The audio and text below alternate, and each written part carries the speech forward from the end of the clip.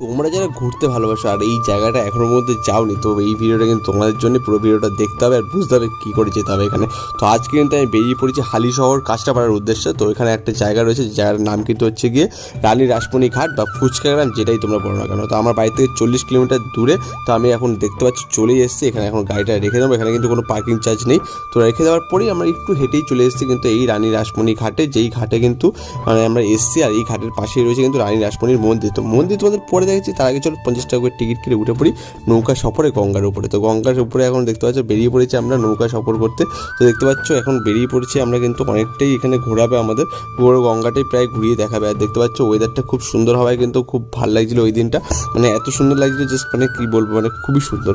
তারপরে দেখতে পাচ্ছ নেমে নৌকা থেকে আমরা এসে পড়েছি মন্দিরের সামনে। মন্দিরের প্রাঙ্গণটা দেখতে পাচ্ছ কতটা বড়। তো এখন চলো মায়ের মন্দিরের দর্শন করি, মায়ের দর্শন করি, তারপরে তোমাদের ফুচকা আমরা ঘুরিয়ে দেখাবো। তো সেকেন্ড পার্টে তোমরা পুরোটা দেখতে পাবে।